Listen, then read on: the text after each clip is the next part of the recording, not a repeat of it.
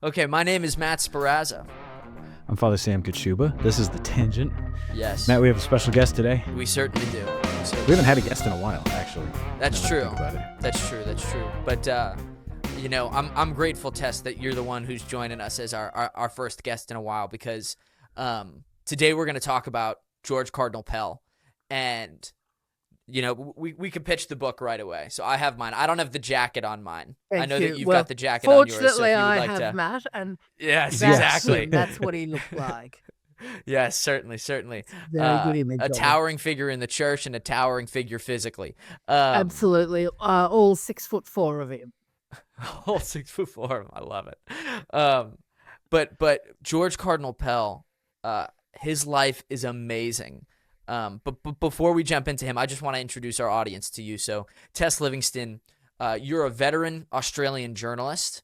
You've written on politics, you've written on economics, strategic policy, and culture, specifically in Australia. Although I'm actually curious, have you written about those topics for the United States as well? I've worked briefly in England, but I often write about the United States, particularly You do? Okay. strategic policy. I wrote quite a few editorials on your recent, very fascinating election. Yeah, Sure. we're at international, where we cover international affairs and take them very seriously on The Australian.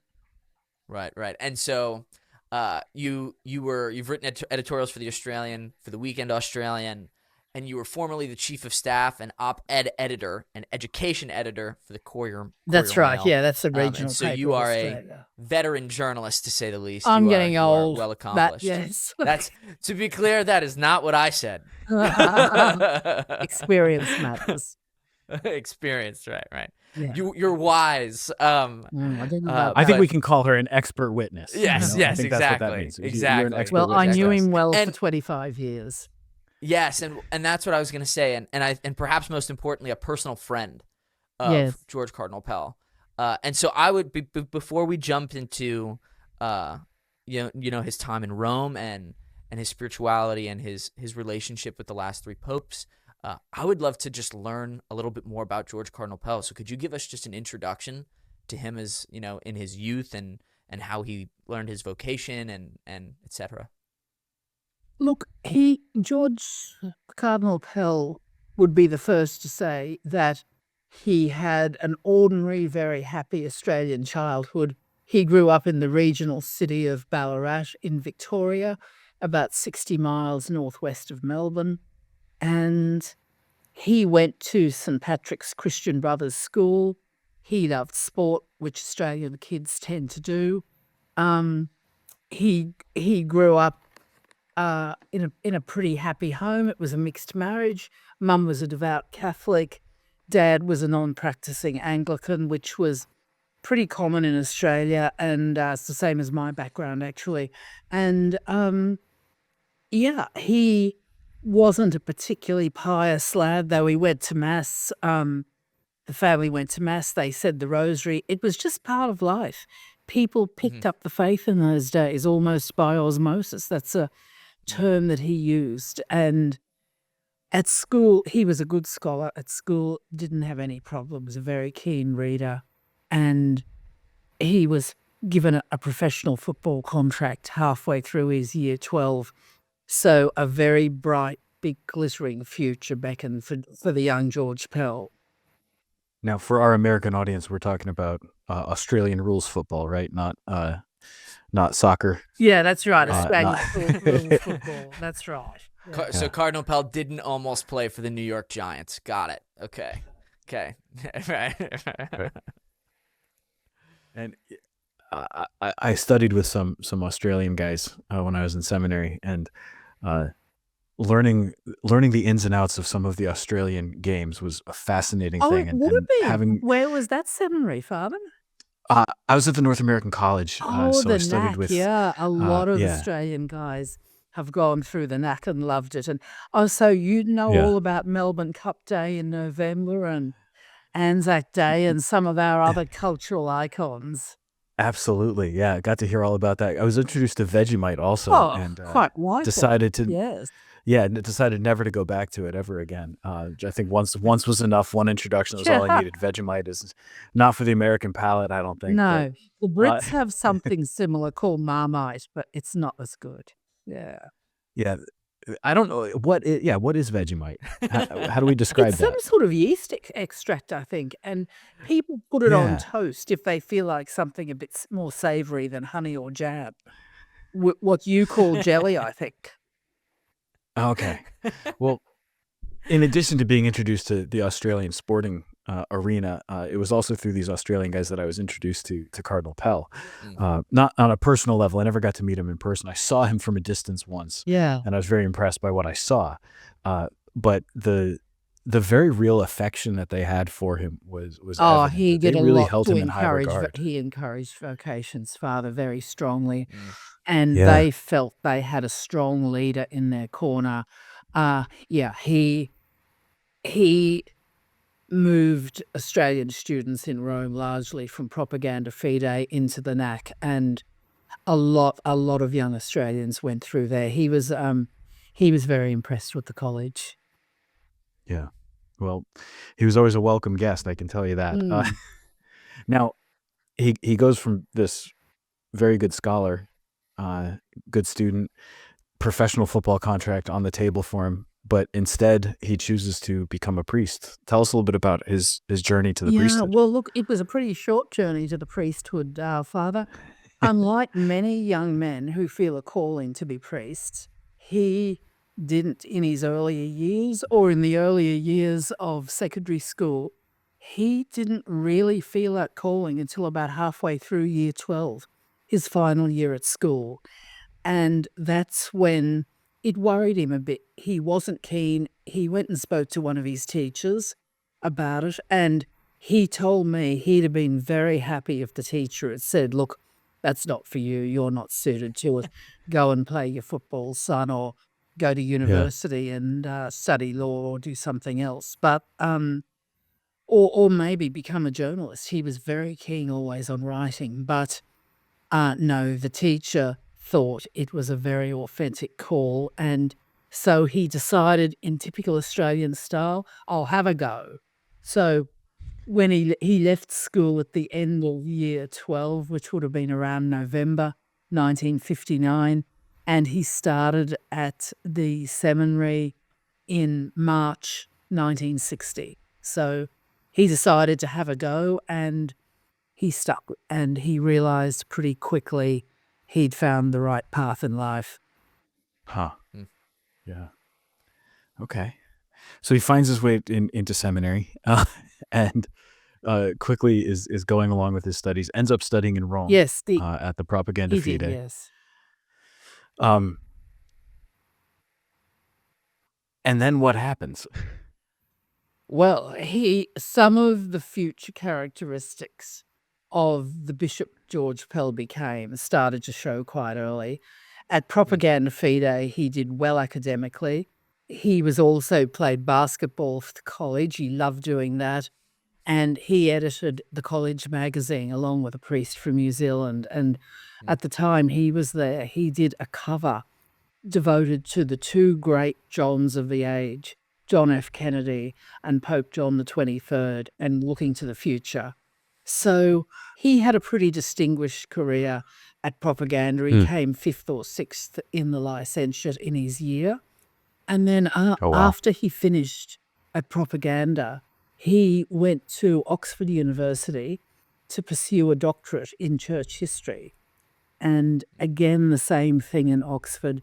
His pastoral strengths became very evident there. He did a lot of parish work around Oxford and said Mass for the boys at Eton College. And his doctorate was on the early church fathers and the bishops. So his course was set very early on. Yeah. So he's 5th or 6th in his class in the licentiate. And just to give some context, I got my licentiate, but I was not given a number. Congratulations. So that's Even getting the licentiate is, I know it's a big achievement. But I think that's where I land. So 5th or 6th, that's really good. They didn't even bother giving me a number to tell me exactly where I stood. It's Um, pretty incredible that he ended up at Oxford and studying the early church, and then went on to become an archbishop and a cardinal, right? Like you see the providence of God in that motion, that he, and specifically, right, to my understanding, he studied how the early church fathers dealt with Gnosticism, He did, right? So yes. how did that study impact his time as an archbishop and a cardinal? Well, it actually is very relevant, Matt, because at the time he became a bishop and an Archbishop of Melbourne in 1996, we had something in Australia, I'm sure you had it here, maybe under a different name, called the New Age movement. It was a Yes, sort of yes, a yeah. potpourri of different Eastern spiritualities, a lot of green propaganda mixed in with it, and a Hmm. lot of Hmm. really sort of airy-fairy paganism. And that always reminded him of the Gnostics. So he was very across that, and he put that in in its historical context. Mm. I think it was a very good doctorate for him to do. He loved history. He often went back in years later and lectured in seminaries on church history. That was one of his Hmm. subjects. People thought early on that he was destined for an academic career because after he came back to Australia in the early 1970s, and he did a few years of pastoral work in country parishes, and he worked hard and he liked it. But he built up a Catholic teachers' college in Ballarat that became part of the foundation of the Australian Catholic University, and he seemed destined for an academic career, but Mm. that was very much jolted in the early 1980s when he was appointed rector of his own old seminary in Melbourne, and he Yeah. needed to bring his own leadership strength to the fore there. And from that time on, I think it was clear he was going to be an influential figure in the church in Australia and indeed the world. Mm. Mm. So he had experience, obviously, in academia, and I don't want to phrase this the wrong way, but maybe limited experience at the parish level. He served in a parish, but he had never been a pastor before he was named rector of the seminary. So do you think that it was the seminary that really brought out some of those leadership skills that were present, or are those skills that were, is his leadership something that was kind of always characteristic and just looking for a role, Look, looking his for a place leadership to was come out? always there. When he was in the Yeah. seminary himself in third year, he was appointed prefect for the first years. So he Oh, wow. took that seriously, and he Yeah. made sure they turned up to prayers on time. And it was quite an interesting setup at the seminary in Melbourne in his day. It was run by Jesuits, but it wasn't a Jesuit seminary, and the Jesuits left the students to be responsible for a lot of the day-to-day operations, and that was his job in third year. He was the prefect for the first years, and as one young man who was in that first year class said, he got on well with him, but he said, oh boy, it was clear what he wanted. He expected the program to be followed, and he believed men should be men and pansies belonged in the garden. That was his view at the time, and not all of them were very happy about that, I could tell you. Things were changing, but yeah, I think his years as a seminary rector, they only went on for a couple of years after he left the Ballarat Teachers College. But firstly, it brought him to the Archdiocese of Melbourne. That was the first time he worked as a priest in Melbourne. And yes, he hadn't worked as a pastor, but he had had a lot of pastoral experience in his first appointment in the country. He was looking Mm. after a corner of a big rural parish, and he mixed with the people well. He got groups going for the young people.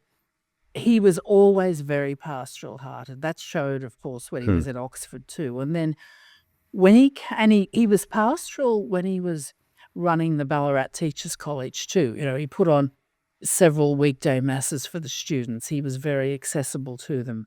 But when he became rector of the seminary in Melbourne, Yes, that really, he had to tap into his own leadership skills there, because he Yeah. could see basically the ship was going off the rails very badly.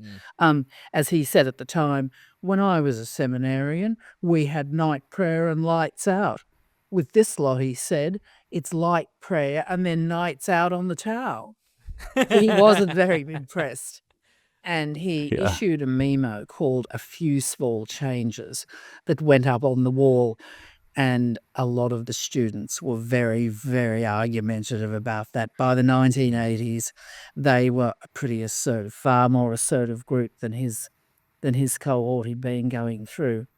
And it was a battle. He didn't always get the support of his seminary staff either. He wanted to get a nice statue of Our Lady into the chapel at the seminary. He met with resistance on that. He met with a lot of resistance over some of the changes he wanted to make, such as having everyone join in night prayers, putting on devotions a bit more often. But he battled through it. There were some very tough times there. After his dad died, the students all came up to Ballarat in a bus to attend the Mass, and a special lunch was put on for them. But only about 4 out of a group of 30 turned up to the lunch. He was real quite hurt by it. But I think he saw there were battles ahead in the church, and he realised very quickly when he was a seminary rector that the problems in any seminary can really only be addressed by bishops. And so when he became Archbishop of Melbourne in 1996, seminary reform was top of his list.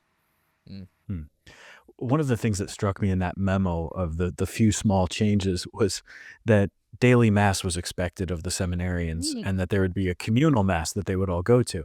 And of course, in my time in seminary, that's all we had was there was the Absolutely. communal It mass was for the just like day, it's and everybody went to it. Yeah. Yeah, and if you couldn't go, you had to, or if you missed it, you had to report that you missed, or you had to ask permission to miss if you knew in advance that there was something that would require you to be elsewhere. The only day that we had where we were free to pick whatever mass we wanted to go to was on Saturday. Saturday, we were allowed to go to mass in the city. We were allowed to go to one of the 2 masses that was offered in the house that day, but no formal expectation for anything. That was our day Yeah, off. that's right. That was So, the day off. Yeah. but I mean, just the idea that both students and faculty, as you write about it, both students and faculty rebelled against the idea that they should all go to mass every day, It was incredible. and that it What should did be they up to think they you. were Like there you should for? make the adult decision. It was amazing. Exactly. And people who donated to the seminary would have been horrified had they known what he was facing there. Yeah. And that he could only put on benediction once in a couple of years there. That's the atmosphere that he walked into there. It was years of seminary reforms were ahead, very much. Yeah. And it seems to me that didn't necessarily change by the time he had become an archbishop, because, right, I mean, correct me if I'm wrong, but 4 months into him being archbishop, didn't the whole staff at one of his seminaries quit? They did. The entire staff of the Melbourne Seminary quit. Yeah. Let him walk, right? Just let him Crazy. go. That was the view, Father Sam, yes. And it was the best thing, and it's what he did. But he wasn't going to back down on the changes he wanted. But it was really hard over the summer break getting an alternative staff together. It took a couple of years to steady the ship there. But yeah, it was, he had his battles all the way along the line, even though it was a diverse, colourful and successful career. It was pretty tough at most stages of his life. Part of his leadership involved reforming. He was given tough jobs like the seminary, running Caritas Australia when he was an auxiliary bishop after the seminary was tough, because some of the money that people were donating for the Project Compassion collections in Lent was finding its way to communist groups in the Philippines. And he had to sort all that mess out. He had some very tough gigs in his life. Yeah, wow. When did you first meet him? I first met him when he was Archbishop of Melbourne in around 1997. But I knew about his reputation before then, and Just as a journalist, he interested me very much. Now, did you meet him in a professional capacity, like interviewing him about something, or did you meet him on after mass one day? I met him after a funeral mass in Melbourne, but I wrote about him a couple of years later when he was transferred from being Archbishop of Melbourne to Archbishop of Sydney, and I made contact with him then. And when I was editing an op-ed page in the Courier Mail, one of my writers ran a small secular publishing house, Michael Duffy. And he was doing biographies of interesting people. And he said to me, "Oh, can you suggest anyone?" And I said, "Yeah, that Archbishop Pell down in Melbourne would be very interesting. He was outspoken in the public square. He certainly let people know that there was a Catholic voice there. And Australia was undergoing quite a lot of social upheavals at the time, as was probably the United States and most countries. And he was really taking a leadership role in speaking out. So when he was appointed by Pope John Paul as Archbishop of Sydney in 2001, that seemed a great tag to write a short biography for Michael Duffy, which was supposed to be about 60,000 words, but colourful things kept happening to him at the time, and it turned out to be a bit longer, but not as long as this one, which Father Fessio from Ignatius asked me to do shortly after his death 2 years ago. Now, in a way, this new book, Pax Invictus, this is sort of is it the second edition of the first biography? Because you've clearly added things, but there's also stuff you make reference to the first biography. Yeah, look, I made the use of original things in the first biography, particularly interviews with people who've died since then, including his sister Margaret Pell, which was very, very, very handy. I had her on the record. I had some of his classmates on the record. It was good having that earlier material to draw on. The Jesuits who ran Campion Hall in Oxford, where he studied. I used it, but it's really a completely different book. I've added things to it all the way through. For example, the Demos memo comes in quite early. Demos was a name his uncle Harry used to use when he wrote to the local paper in Ballarat about politics. So when the infamous Demos memo was first published by Sandro Magister in Rome, and his Sandro Magister said it might even be written by a cardinal, I knew straight away, and I could pick the style. But there were other hands in that memo as well. He wasn't the only one who wrote it. Well, I want to put a pin in that for a second because I definitely want to talk about the Demos memo. That it's so fascinating. We'll come back to that, but maybe just before we get to that point, Cardinal Pell was, and here's my bias. I'm fully on the Cardinal Pell side. I admire the man. I admire his ministry, his work, and I think he's really an incredible figure. And I'm so grateful for this biography because it just sheds so much light on a man who I think really deserves a lot of praise. So, having said that, this is not an objective podcast at all. I'm not doing journalism. Oh, there's no such thing. This is as anything objective, I think. Yeah. Not in these contexts anyway.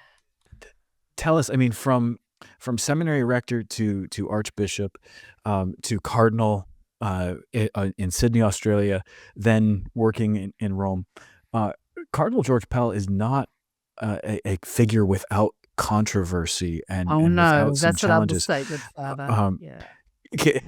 Can we just outline a little bit some of what makes Cardinal Pell a controversial and yet heroic figure? Oh, okay. Look, he was controversial within the church with some of the seminary reforms. We've talked about that area. Because of his outspokenness, he was an absolute target for the Rainbow Sash movement in Australia. I'm sure your listeners know what that is. I'm sure you have that in the US. So if I could just pause there. Yeah, the Rainbow Sash movement's an interesting one because it's been active historically here, but in the last, I don't know, Matt, have you heard of the Rainbow Sash movement? So I've heard of it, but I've never personally experienced it. For Yeah. context, So I'm 27, so yeah, Mm, you know the like yeah. It's kind of faded into the background, which George Pell always thought it would. Yeah. He was controversial for that. He was also prepared to speak in the public square. Um, for example, when the Australian election was on in 1998, there was a push to bring in what was called the GST, the Goods and Services Tax, an indirect tax, and and less an income tax. Now, the political left, including most of the figures in the church, were dead against this. They said it would hurt the poor. The other argument was that there were inbuilt protections for poorer people and it would help the overall economy. And it was Cardinal Pell who came out and said, look, there is no point the church expressing a view on something like this. He said this is up to people's prudential judgment to choose, and the church cannot take a side on an issue like this. So he knew when to step back. And mm, that was controversial because many in the church wanted him to back the opposition to the GST. So he, when there were blasphemous looking art exhibitions at galleries, he would speak out about that. When he got to Sydney, he was invited to write a weekly Sunday column by the largest secular newspaper in Australia, the Sunday Telly. And he churned out his 450 words every week, sometimes on wow. religious themes like Christmas and Easter. But sometimes he would tackle other issues. He wrote about the Harry Potter novels. There was a lot of mm, controversy about them at the time among conservative Christians. They thought they were dangerous because they would promote witchcraft. Well, he read the first two books and he went to the movies and he said, I enjoyed them. He said they were a good story. They understood boarding schools. So that eased the concerns Now, of a lot I of love it. parents. He I have didn't the care. image now of Cardinal Pell in a movie theater, like in one of those tiny movie theater chairs with no leg room, just like sitting there with popcorn watching Harry Potter. He'd have enjoyed the popcorn too. Yeah, he liked. He didn't get to go to many movies. He didn't have the time, but he would write about things like that if he enjoyed them. He liked to know what people were thinking about. He liked to go to Mm, football games when the teams he followed were playing. He was interested in the races. If you studied with Australians at the NAC, you'd know about Melbourne Cup. He had a bet every Melbourne Sure. Cup day. He was very keen on that. He was a very ordinary person in a lot of ways, with a super, super brain and intelligence, and who could speak mm, 5 languages. But he came across when he'd visit parishes, as very much, one of the Australian flock. Hmm. mm. Well, the time that I saw him from a distance was at World Youth Day in Cologne, Oh, Germany. yes. Yeah. He'd have been very And happy there because that's where well, Sydney was announced as the winner.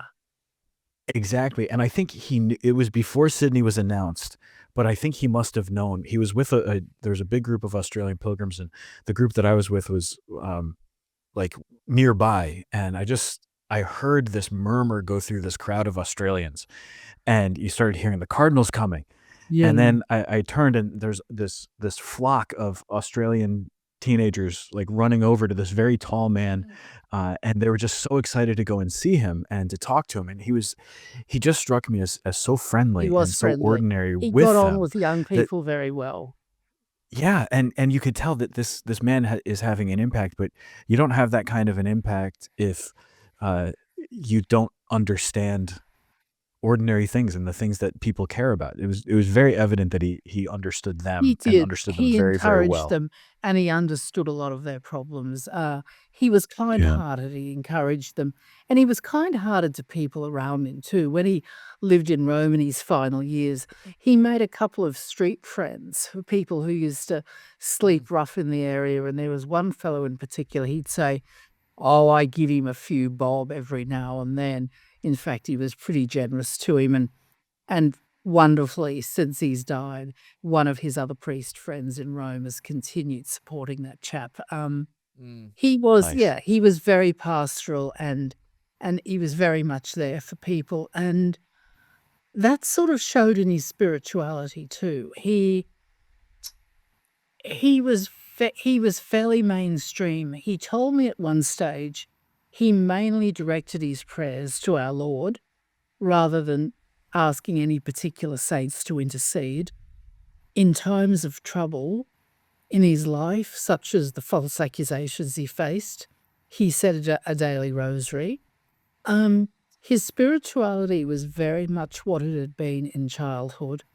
And then and of course, as a priest, he prayed the breviary.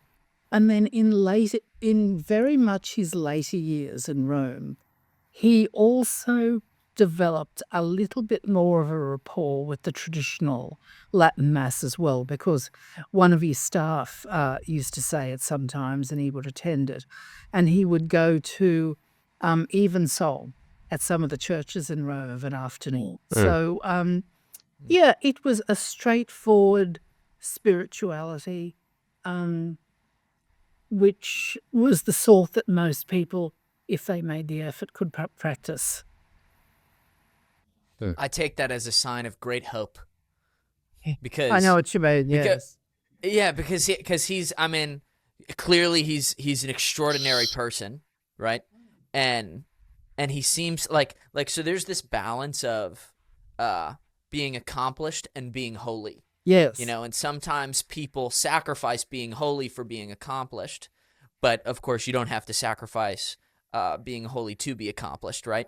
But he's a man who was both, and yet, like, the Lord just poured graces upon him And he through an used ordinary them. spirituality. He believed he'd had, even after 400 days in life in jail, he believed he'd lived life to the full. He enjoyed his travel. He enjoyed meeting people. He enjoyed being invited to lecture in Rome and in the United States.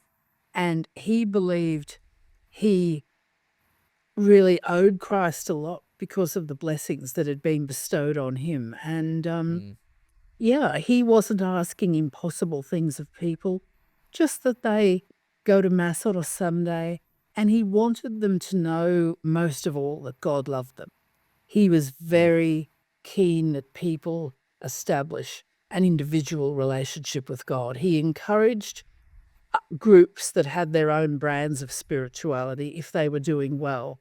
He was a great support to the Opus Dei group, though he didn't in any way join the movement. He was a big supporter of the neo-catechumenal way, and he established a neo-cat seminary in Sydney, which has done wonders with the number of young priests that it has turned out. He was supporter of them. He wanted a fair go for the traditional communities in recent years, because he said, look, they're getting good numbers, they're praying well, why persecute them? You know, that was part of the Demos memo, a small part of it, but it was there. And he encouraged good things that were happening in parishes. He wasn't charismatic in any way, but if charismatic communities were doing good things, he would back them. So I think that's a good segue to the Demos memo. Is that where you were going, Father Sam? No, because before we get to Demos, we have to do some other chronological work first. I think part of the controversy, part of the importance here, because, all right, I want to oversimplify a little bit the summary here, because I think if you're a serious Catholic today, some of the things that made Cardinal Pell controversial seem really strange now, like by the contemporary, this moment standards. The idea that he would require seminarians to go to Mass every day seems insanely small and not at all controversial. But I think that part of the reason it seems so uncontroversial is because bishops like Bishop Pell and like so many bishops around the world started to take a strong hand with seminary formation and say, these are things that need to change. We have to do this. So the culture eventually shifted from this kind of chaotic post-conciliar time when anything goes in seminary and then anything goes in parish life and anything goes in the church. You had some bishops who said, no, that's not true. And Cardinal Pell was one of them. And perhaps I don't think perhaps the leading bishop in Australia who did that. Oh, he was. And Undoubtedly, because he of that, was. Yes. yeah, because of that, in his time, there would have been controversy. There would have been this sense of pushing back against it. Mm. But over time, because of his consistency, and this is the thing I really admire, as I'm reading the biography, that there's this consistency. He just says, this is true, and we have to stand with the truth. This is what God wants. We have to go with what with what God That's wants. right. This is We what the are church part of teaches. the We're not going to apostolic waver from tradition. that. He never sought Yeah. to preach George Pell's theology. He sought to Mm. preach the apostolic tradition handed on from Jesus Christ. Amen. And then when you start to see that there was a time when that was controversial, but his consistency and his perseverance makes it now seem uncontroversial, Yes. or that there's something silly. Then that he was willing to speak in the public square, that's maybe where we might feel that sense of, oh yeah, there are some problems now, because the public square doesn't always like to hear the gospel, and we still experience that. So okay, now I can see why maybe on a public level, outside of the life of the church, there were people who didn't like him, who weren't super keen on his theology or on his teaching. They didn't like that he wrote. They didn't like that he was willing to speak out against these different issues.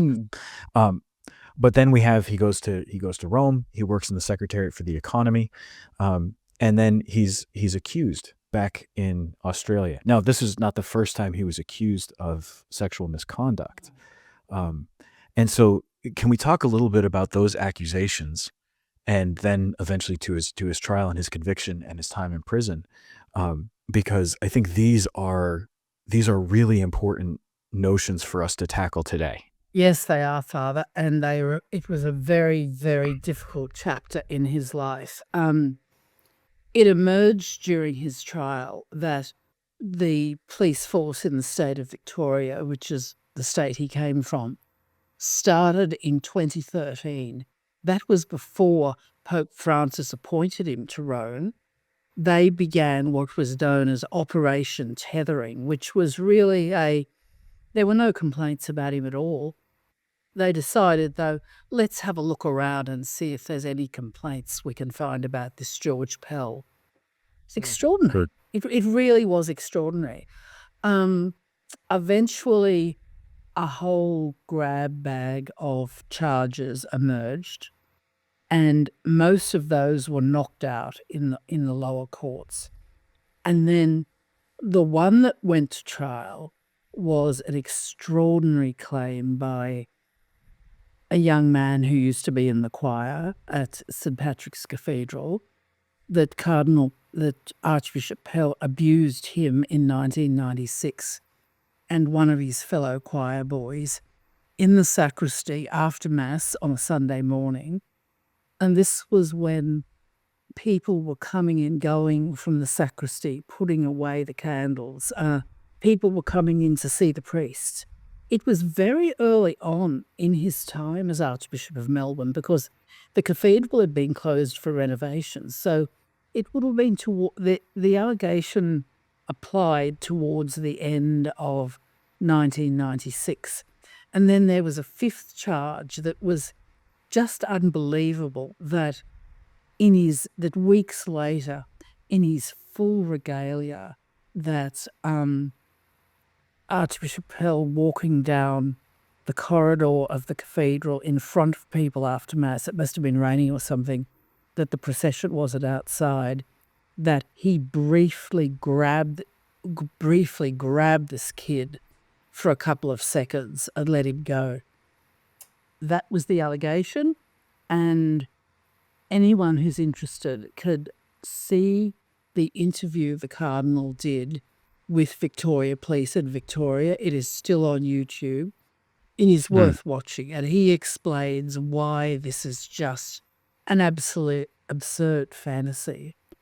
But sadly, the thing snowballed and it got to trial, and the first trial was a hung jury. They couldn't make up their minds.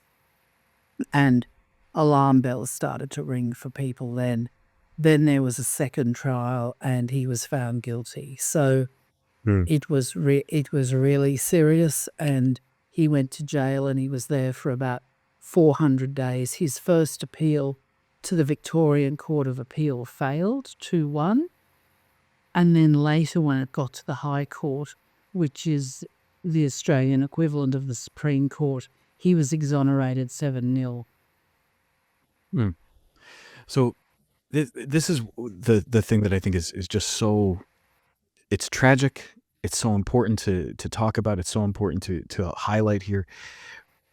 And I don't want to, we can't get into all the details here. Number one, because we don't have time. And number two, because I want people to buy your book and read about There's it a fair few themselves. details in there. And Yeah. I've drawn on people who sat through the trial. See, a lot of it was, a lot of the trial couldn't be reported at the time too. They were all legal restrictions, and very Yeah. few journalists actually got to sit through it. One who did was a very clever Jesuit priest called Father Frank Brennan, who's also qualified. I think he's a lawyer as well. And he sat through it, and he wrote a book about it. Jared Henderson wrote a book, and I quote both of them extensively. I went down a couple of days to just sit through it, and it was just, the word Cardinal Pell used was surreal, and that's how I found it too, watching it. When you read the accusations and the things that he was accused of doing, as a priest, I read it and I go, that's not possible. No, Immediately, my thought is right away, it's not possible to have done this thing. that's right. Because It's not possible. you know how an alb and a cincture work, and Yeah. that what he was accused of was just physically impossible. Completely impossible. And the idea that this is brought to trial, it's one thing if somebody makes the accusation. It's one thing if somebody tells the story and there's a rumor, and yeah, but that doesn't really sound possible. Okay. But no, this was brought to trial, like in a court of law, and some lawyer had the guts to stand up there and with a straight face say, I think this really happened. That's what kind of lawyer has, I mean, I'm sorry, I don't want to criticize people who I've never met. That's not fair. But come on. This is it. Yeah, well, The accusations against him are insane. That was his job, to prosecute the case. And Yeah. Cardinal Pell had his own lawyers who were very good, and it was incredible, Father. But the physical realities of this, look, I would have liked in court, and I was only there for a couple of days of it, but I would like to have seen Cardinal Pell himself in the owl with the cincture, and he would have had a microphone. He'd have had a pallium on at the time. He'd have had the chasuble on as well, to be there. And by that stage, he was not a very agile person either. That's another thing. For him to physically do this would have been impossible, especially when his master of ceremonies, Monsignor Charles Portelli, was standing beside him at all times, and Cardinal Pell was out on the front steps of the cathedral greeting people. The timings of it just didn't add up. But Yeah. anyway, the first jury was a hung jury. The second jury found him guilty, and so did the 2 of 3 justices on the Victorian Court of Appeal, who rejected his appeal. That's in one of his prison journals. He was pretty devastated by that. But the minority judgment in that case really strongly raised a lot of doubts. It was written by a Jewish judge called Mark Weinberg. He did a very good job with it. And a very experienced criminal barrister. And that then gave a strong springboard for Cardinal Pell to appeal to the High Court, which looked at the matter and quashed it 7-0. Wow. I mean, you highlight in your book how Judge Weinberg's, how his dissent from that first appeal was so powerful, because he highlights that they're holding Pell to an impossible legal standard, that he has to prove his innocence beyond a reasonable doubt. That's right. Which He is was. What happened to the presumption of innocence in all this? The right. state had to prove him guilty, and Many So people that was thought actually a that question. happened. Yeah. In the Australian system, it works the same way as it does here in the U.S., right? Mm, That guilt has to be proven beyond a reasonable that's doubt, right. not somebody's innocence. Yes. So it's sufficient to provide reasonable doubt for an acquittal, Mm. uh, but there was plenty of reasonable doubt Yeah, a lot. in that Yeah. first in the trial. Plenty. Huge. To say nothing, I mean, common sense would say there's no way this could have happened. I remember because we got some of the story here. Mm. Even if the reporting wasn't extremely extensive, we were at least getting You knew pieces what was of it. happening. And Yeah. we knew what was happening. And I remember thinking, there's no way this man is going to be convicted because the thing he's accused of doing isn't possible. It's not possible for him to have done this. And that's from a million miles away, Yes. sitting here in Connecticut, just thinking about this thing that he's accused of. It's not possible. And then that he's found guilty, I thought, well, surely there will be an appeal and he will be exonerated on the appeal. That he wasn't found, that he wasn't exonerated on that appeal was shocking. I can tell you there was tremendous relief for me when he was exonerated, because I just thought someone with common sense finally sat down and looked at this. Now, there's, I guess, two sorts of things I would want to get into there. Something went wrong with the criminal justice system in Victoria, Australia. Something went wrong with the way that they searched out a crime that didn't happen. They went looking for something absent any accusation, and something went wrong with the way that the court did this. Has anything been done to address that reality? No, Father. No. No, Cardinal Pell strongly believed an inquiry into the whole thing was warranted. But no, that hasn't really happened. Okay. So there's nobody in the Victoria Police, for example, has been called to account for or any this part unjust of, prosecution. Any part of the judiciary. No, it hasn't. Wow. Okay. And there was, of course, a lot of anti-Pell media focus as well in some sections of the media, particularly the left-wing media. Of course, it was sensational. It was a sensational story at the time. There's no getting away from that. And also, it didn't help that some of it couldn't be covered at the time either. It was a very murky, shameful episode in the history of Australian justice. Someone spending 404 days in virtual solitary confinement for his own protection, really, is not something Australia can be very proud of. Right. And then he wasn't permitted to say Mass in that time. No, not once. Which is, I mean, You know, I don't know how that, even some I don't of know the, how that helps anything. no, even some of the cardinals in history who've been imprisoned, I talk about this at the beginning of the book, were able to say Mass. No, he didn't. He probably attended Mass about half a dozen times in that time. I think the Archbishop of Melbourne came in and said Mass for him. A couple of other priests did, but no, he couldn't attend Mass then. He just had his breviary, his Bible, and his knowledge of theology and his prison journals to keep him going. And he had a visit from a nun too, a weekly visit from the chaplain. She was a very, very good chaplain, and he enjoyed her visits very well. Very much. That's such an interesting image, right? The cardinal imprisoned, receiving visits from a religious sister, Yes, and being ministered to by a religious sister. I think did a job I well. think And she's quoted in the book, and he appreciated her visit enormously. yeah, it's beautiful.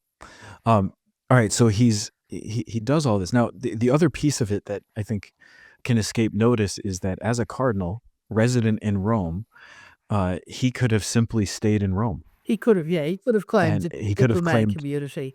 He wouldn't. Right. He wouldn't have occurred to him to do that. He was determined to clear his name. He didn't want to slur like this over his name. Right. And so he returns to Australia, even though he didn't have to. Yes, he did. Even though he could just as easily have stayed in Rome and simply denied it. And eventually the story perhaps would have come out, and Perhaps. Yeah, I don't know. the world media could have judged how silly this all seemed. But no, he went He went back to back. Yes, he Australia. was He said, determined. I'm going to do this through the channels here. Yes. Um, all right. So then he writes his prison journals, Mm. which I would very much like to read. Well, they're available from Ignatius Press as well. Um, in those writings, what do you see of the man, of his spirituality, of his suffering, of his hope? I see someone who never lost faith, someone who was very bamboozled about why he was being put through this. He talks in there about redemptive suffering, where you offer suffering up for a good cause. And I think he offered up some of his suffering for the genuine victims of abuse that has sadly occurred in our church, and for the good of the faith. And he certainly never lost faith. He drew on his knowledge of scripture and his knowledge of the writings of various saints there. The journals are a mix of spirituality and everyday little observations. It was a tough time in jail to receive his family for contact visits. That involved a strip search every single time, not just when he went in there. He hated that, of course, but he had to endure it. He put the overalls he had to wear on the wrong way initially. They were wrapped the wrong way. He didn't quite know how to wear them.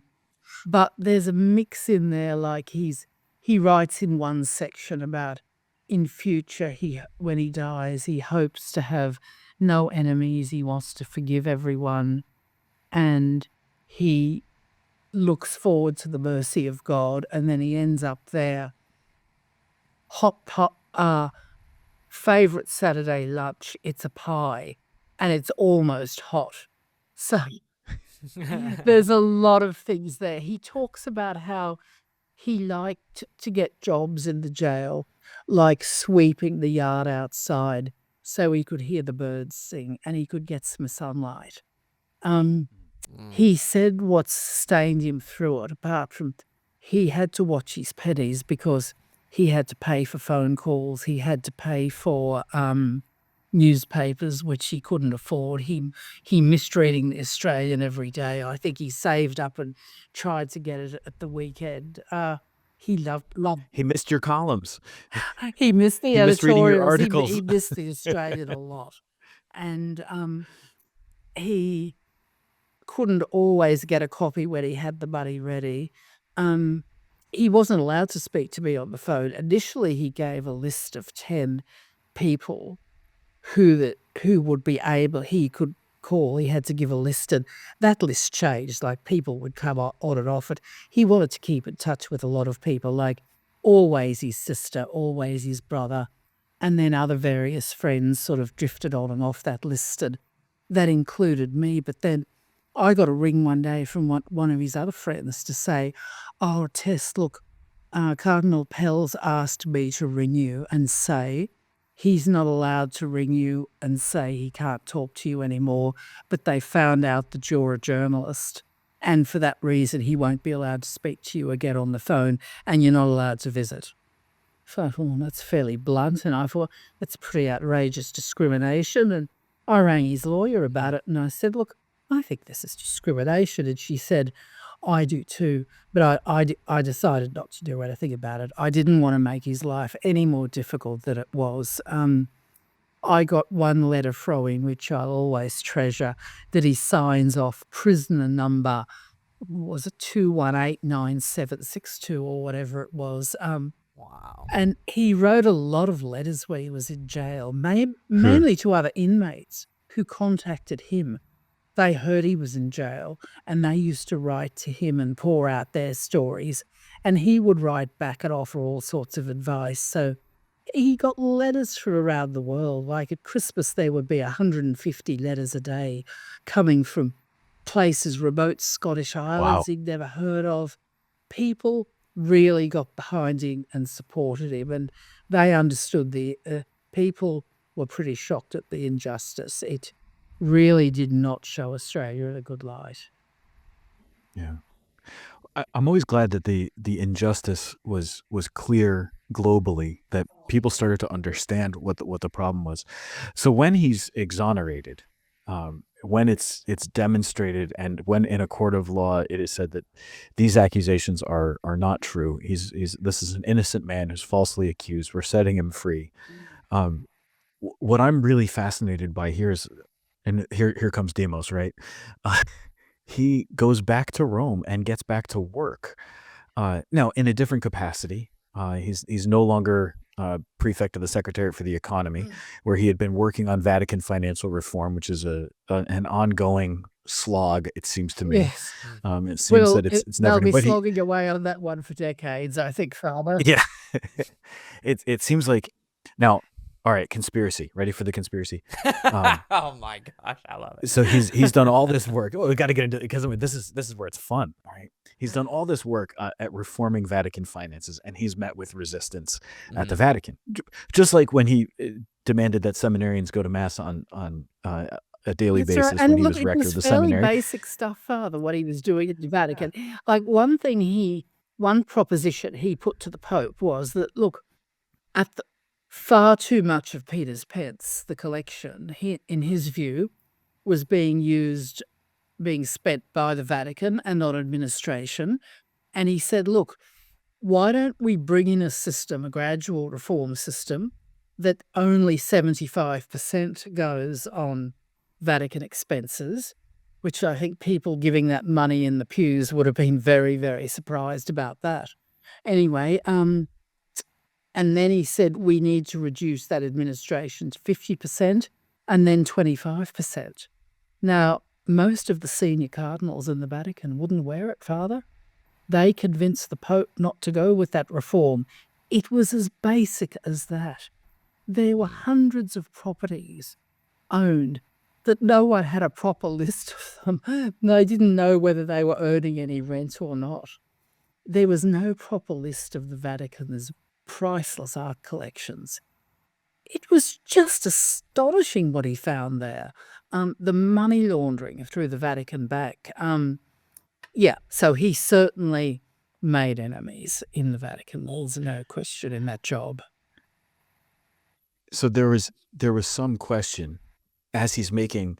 Actually, it seemed like he was making progress at the very did least make at progress. exposing some And that of was these the problem. problems, I right? think if he'd been ineffectual, they wouldn't have worried. So he's making progress in this, and then this accusation comes out of Australia. Now we know now that the Victoria Police had been looking for things as far back as 2013, but my favorite conspiracy was that people who were unhappy with him in the Vatican were encouraging the Australian justice system to prosecute. Now, I don't know if that's true, but I think it's a fascinating idea. It is, Father. Look, I don't know either. And more to the point, Cardinal Pell didn't know. There was certainly some very big transactions came into Australia, apparently from Rome. But look, some of my colleagues who are much better investigative journalists than I am, and indeed Cardinal Pell had people on this looking into it. Very, very hard to pin down. People who move vast amounts of money around the world are very, very clever, and it's hard to pinpoint it. One day it might be tracked down and pinpointed. I certainly hope it is. I'm disappointed it hasn't been yet. So the short answer is I don't know, and I'd love to know. Yeah. But oh boy, Yeah. I know they were pleased in Rome when he caught the plane and they saw the back of him flying out. They hoped he Sure. would never return. Well, can you share some of the, because in the book you share things like his office being broken into, right? So can you give us some tangible examples of the pushback he received for the reform he was trying to Yeah, implement? happy to, Matt. Within weeks of his arriving in Rome, and I went to his first office, which was in a tower at the back of the Vatican, a very secure building with There would have been security cameras all around it. His office was broken into within the first couple of weeks. He had his living quarters at Domus Australia, which is the Australian guest house in Rome, which he'd initiated when he was Archbishop of Sydney. He had that swept for bugs. It was bugged. His mobile phones were bugged. It was quite a joke with Cardinal Pell. You never knew which number he would call you on. He had to have several to try and keep one jump ahead of them. One of his assistants, Danny Casey, who'd been a very effective finance manager for the Archdiocese of Sydney, he went to Rome for Cardinal Pell. And I think within a month of them starting their work, they were looking into the corruption of hospital finances in Rome. And a car was firebombed in the street outside Danny's home one night in the middle of the night. These people said some messages that they were very serious. They weren't all church figures. They were people probably profiting from the church. There had just been loose administrations. It had quite kind of a funny side.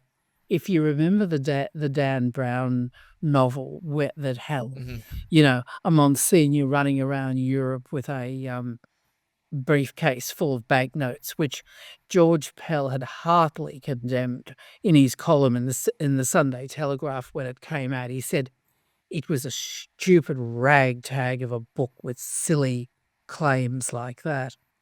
Well, it turned out at one stage that some of the staff from Cardinal Pell's Secretariat laboriously had to count out several €100,000 that were going into a bag that apparently a cardinal or his staff were very keen to get out of their department and get somewhere else. So it was unreal. It was stranger than a Dan Brown novel in some ways. Yeah. Just garbage bags of loose cash lying around in these offices. I mean, and the fact that he wanted to put in very common sense and it seems globally accepted financial standards. Yes. And there was this resistance. It's a little disheartening, but there was a great moment, I thought, when Cardinal Becciu was convicted of his role in some of the financial schemes and the scandals, because it seemed that it was a vindication of everything that Cardinal Pell had been trying to do, and that here was this triumph of what was right and just and good, and I was very, insofar as I can be glad that there was something like that. It was a gladness over justice, not over anything personal. I don't know Cardinal Becciu, but Well, Cardinal Pell was most insistent towards the end of his life that Cardinal Becciu get a fair trial. He was very keen on that. There were other cardinals very much implicated in these processes that went way, way back, a long time before Cardinal Becciu as well. And Cardinal Pell was very well aware of the problems that they'd caused. He wanted Becciu to get a fair trial. And I think that matter is still ongoing. I think there's an appeal there. And there were nine others convicted then as well, lay people, especially those involved in the purchase of that property in Sloane Avenue in London, which seemed to be an extraordinary bad investment for the Vatican. There's a part of me that wants to just go to London now and visit the property and say a prayer for Cardinal Pell. Yeah, I've been past it. I went to have a look. It's been sold, and I think it's being renovated at the moment. It's in a very nice part of London, sort of between Knightsbridge and Sloane Square. Okay. Well. So this all of this chaos, right? That Cardinal Pell faced head on can be a moment of discouragement for your ordinary Catholic. People would look at this. What would Cardinal Pell have said to that? Right? How would he have encouraged his people knowing this was going on? He would have urged people to keep the faith. He was very, very anxious to get accountability and professional standards into the Vatican, so that the generosity of people and organisations, when they gave to the poor or for the work of the church, that the money went to the right place. I think he was aware that it would endanger people's faith. Like, to find out that more than 75% of Peter's Pence money was going on Vatican officials and administration. Right. That would have upset people. Yeah, it's scandalous. It is scandalous. And he Yeah. was always a strong advocate for the poor. Now, I know that is very much Pope Francis's claim to fame, but Cardinal Pell was too, from his days running Caritas in Australia and travelling through India and Cambodia after the ravages of Pol Pot. And he wanted to see the money spent correctly. He wanted the Vatican pension fund to be solvent. In other words, he wanted justice and he wanted money to be administered professionally. And he was pretty horrified by what he found. And I think he thought the best thing that could be done to salvage people's faith in the system was to clean it up as soon as possible.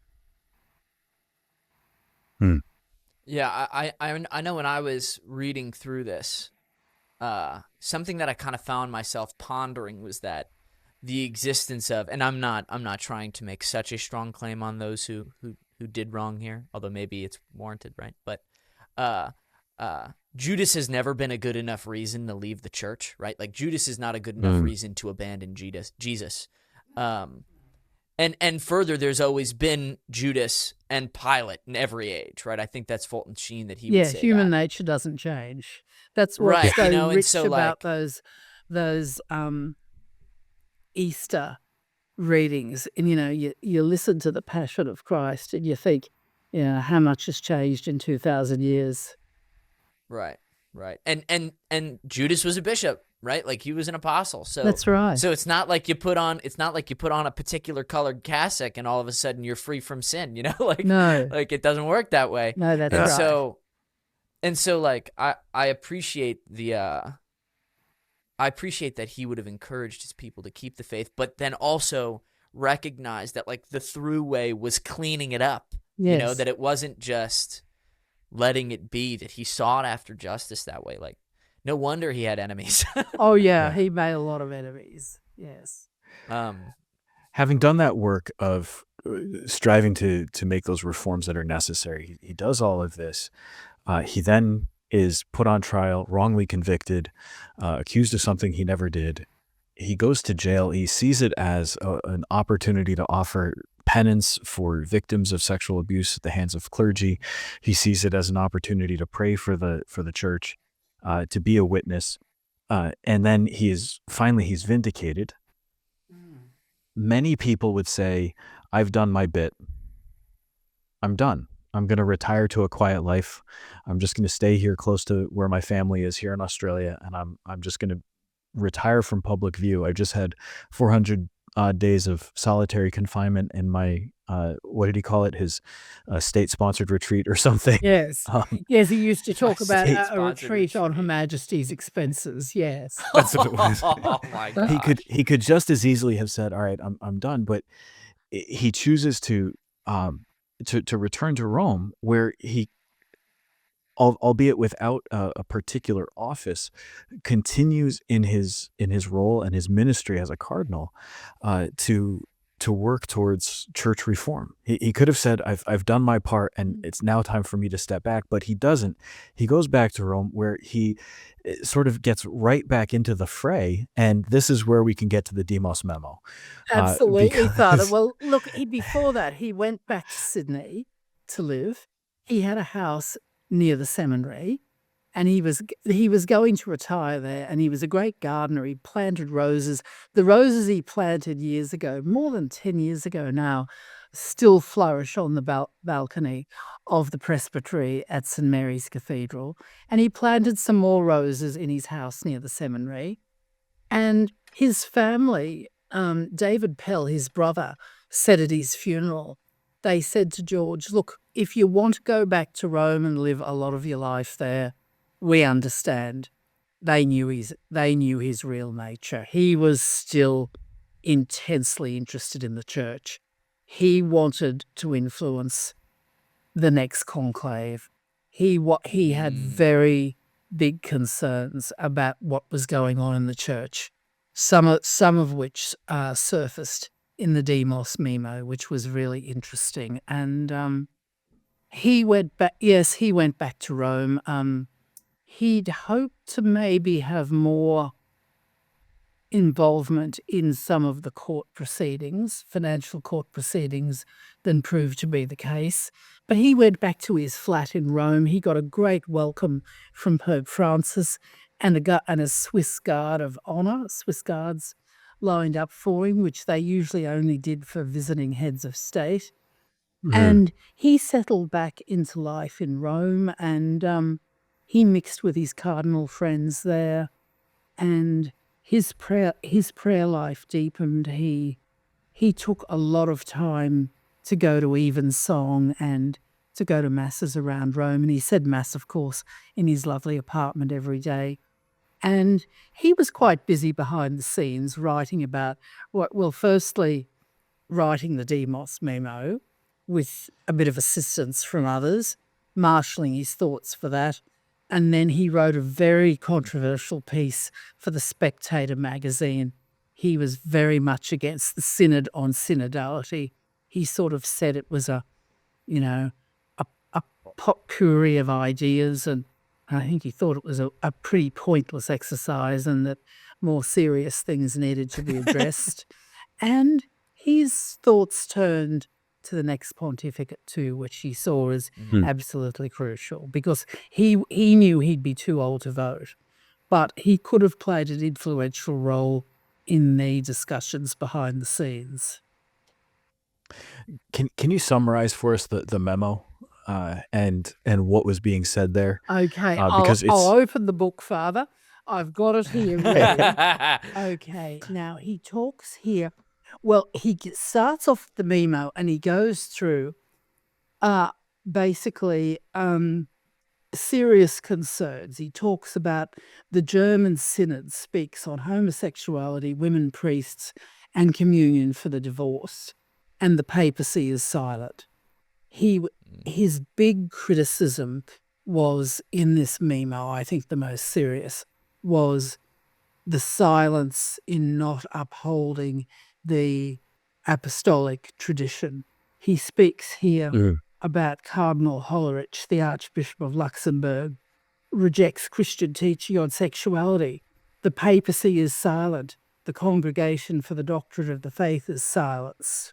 So he's very upset about that. He says, the Christocentricity of church teaching is being weakened. Christ is being moved from the centre.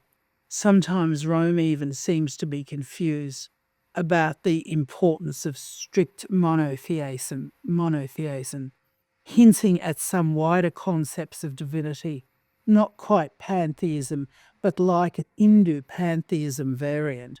He talks about the Pachamama, remember the pagan statues? He said these tended to be idolatrous.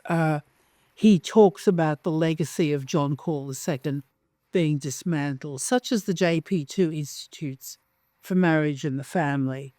Then he talks here about chaotic administration. He says, many staff, often priests, have been summarily dismissed from the Vatican Curia, often without good reason.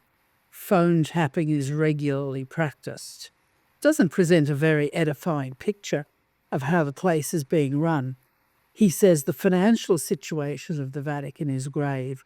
For the past 10 years, there have nearly always been financial deficits.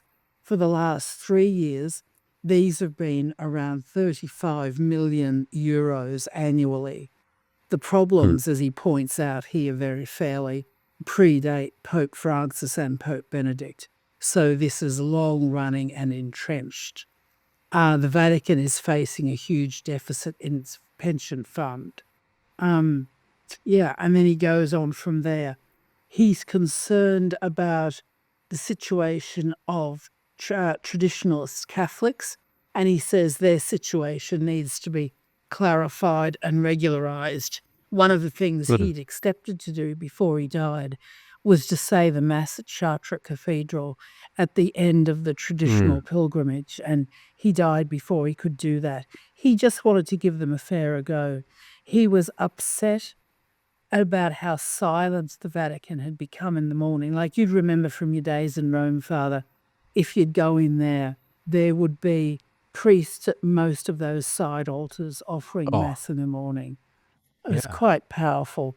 Now, it was one of the great blessings. Like I was there for a year as a priest, and to be able to go over and say Mass in the morning, and just to be able to get an altar, and it wasn't a problem to go over and say Mass, was so incredible. And then when they stopped that practice, I remember it just made no sense to anyone. No, it didn't make any sense Cardinal Pell to. was very sad about that. He said it was deserted in the mornings, and the ruling that came in was there was to be one, if not two, concelebrated masses in the day, with all the priests concelebrating together. But Nobody goes. no one goes. That wasn't effective. No one goes to find a that. time that suited every priest working in Rome didn't work. He wanted that changed. So he didn't mince words in this memo, not at all.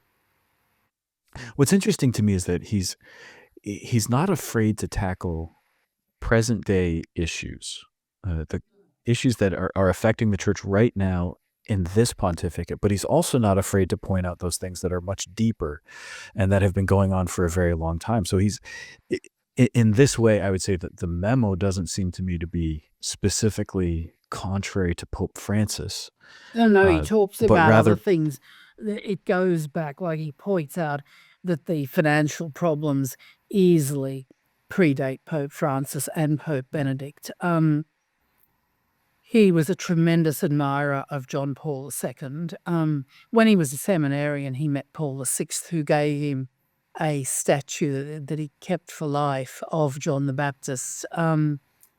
He was never critical that I knew of JP2, but I think he thinks the monetary problem has got a bit away from him there. He was a big admirer of Benedict's theology, but he was very critical of him for resigning. He didn't hide that at all. I quote him in the book there. One of his priest friends, he said to him, "We elected him for life. What's he done this for?" He was horrified when Benedict resigned. Yeah.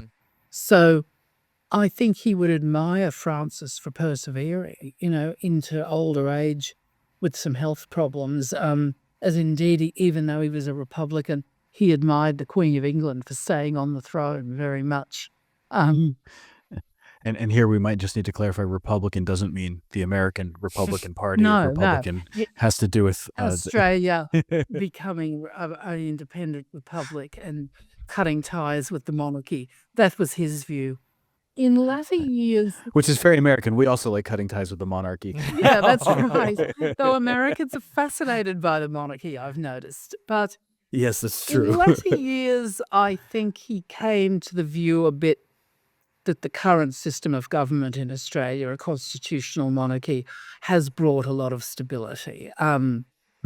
Yeah, he sort of looked at the upheavals in Italy and Ireland and in some ways the US, where the president is the head of state and the head of government. And I don't think he wanted models like that for Australia. He was always on the Australia should become a Republican side, though. But he didn't want a huge change in how the system worked. The Demos memo, I think, also reflects a great love for the church. And something that's forward thinking, because he recognizes, for example, that he won't vote in the next conclave. He does, yes.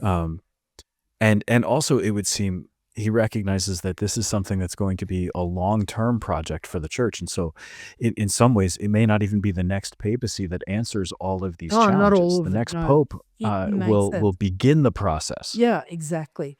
And Yeah. another thing that he talked about in his latter years in Rome, he was very concerned about the composition of the College of Cardinals. For example, the fact that the city of Los Angeles, which has 5 million Catholics, doesn't have a cardinal.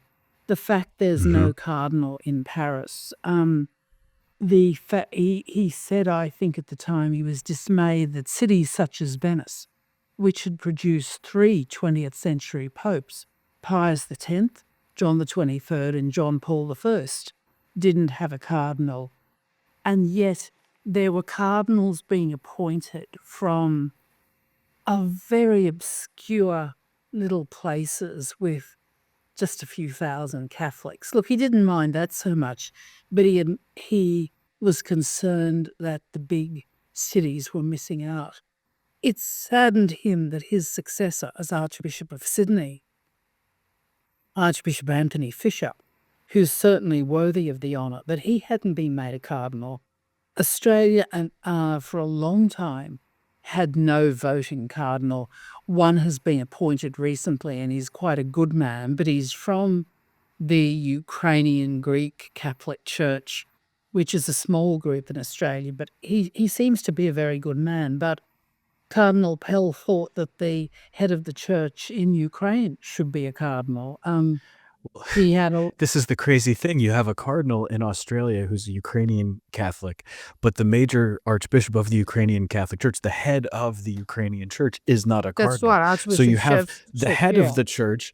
Yeah, the head of the church, Archbishop Shevchuk, has as one of his as a confrere, but at a lower rank, a cardinal. That's right, he And does. so It's very strange. there's an imbalance. It doesn't make any sense. Yeah. And I think this is part of what's beautiful in the Demos memo is when I first read it, I remember thinking this is just somebody who's speaking with clarity and logic. Yes. Because there's a lot of things that that don't feel as logical and clear that come out of especially right now, if we're looking at this present moment, the governance style of Pope Francis.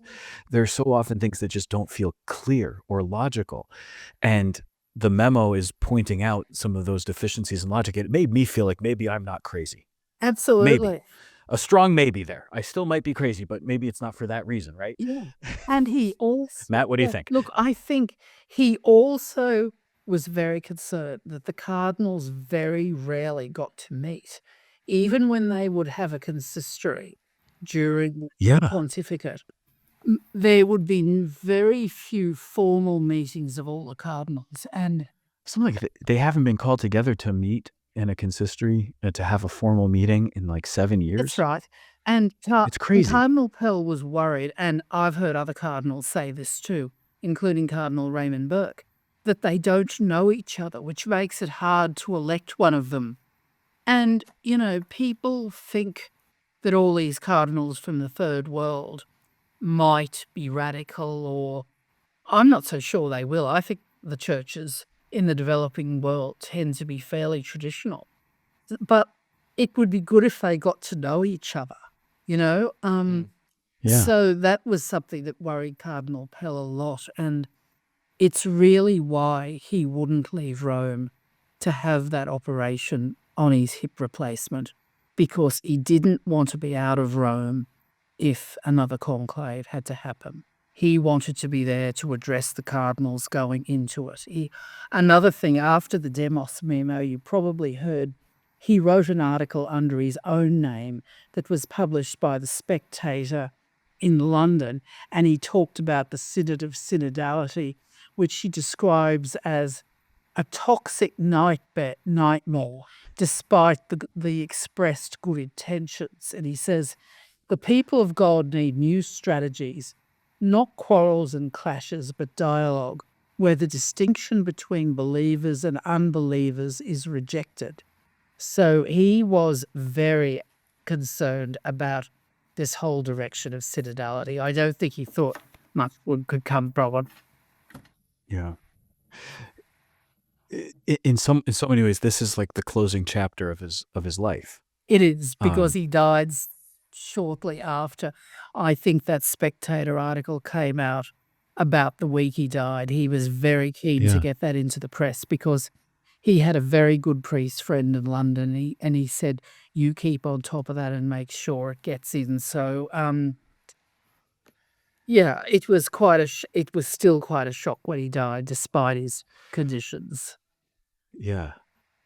It seems to me that the lasting legacy then of George Cardinal Pell is what's on his is it on his tomb that he loved the church fiercely. He did. That's Uh, right. He that he he borrowed that inscription actually from the tomb of Cardinal Ottaviani, who was uh, the former head of the Holy Office, who was ironically very concerned about some of the changes at the Second Vatican Council, which Cardinal Mm. Pell supported early on when he was a seminarian and a young priest. But yeah, he says that on his tomb, he asks people to pray for his soul, which people should do, but increasingly people are gathering there at the tomb and praying to him. I don't know what will come of that, but it's Hmm. quite a beautiful tomb. It's down in the crypt underneath St. Mary's Cathedral, and it's becoming a place of pilgrimage. But yeah, he says on the tomb that he loved the church fiercely, and for someone who was such a reluctant recruit at the age of 18, he certainly gave it absolutely not just the yeah. best years of his life, but all the decades of his life. Well, Is that St. Mary's Cathedral in Sydney, Sydney. or is it in Rome? No, it's It's St. in Mary's Sydney. Cathedral in Sydney. Yes, he's Okay. buried there. yeah. And I think that he loved the church fiercely, and then was able to recognize that through all the flaws and failings of the church, the gospel that the church is the custodian of, the revelation, the gift that God gives to us, that remains true. And so it's Christ who is true, who's our real hope. But to love the church is to love the very means by which Christ wants to bring that good news to the world. Yeah, absolutely. Um, Yeah, he was devoted to it, and he always, as one of the former prime ministers who just delivered a short eulogy at his funeral, said he very much was a person who believed the church always needed reform, and he was happy to drive that reform and make sure it could do the best job in human terms that it could do. an amazing man. Yeah, he was, Father. Really, and such a loss for the church, but such a sign of hope and resilience, Yeah. and really an inspiration. Folks, the book is Pax Invictus. It's available through Ignatius Press. Go to Ignatius. Is it ignatiuspress.com or just ignatius.com, Matt? I think it's Uh, just Ignatius.com. Ignatius.com. Thank you, Matt. Well, get yeah. it. Yeah, There it is. get it there. George a Cardinal beautiful Pell, book. Pax Invictus. It's phenomenal. Tess, thank you so much for giving us your time today, Many making thanks, this possible. Brother Sam. It's so good to Yes, have you. thank you so much. Thanks, Brian. Matt. That was great. Of course.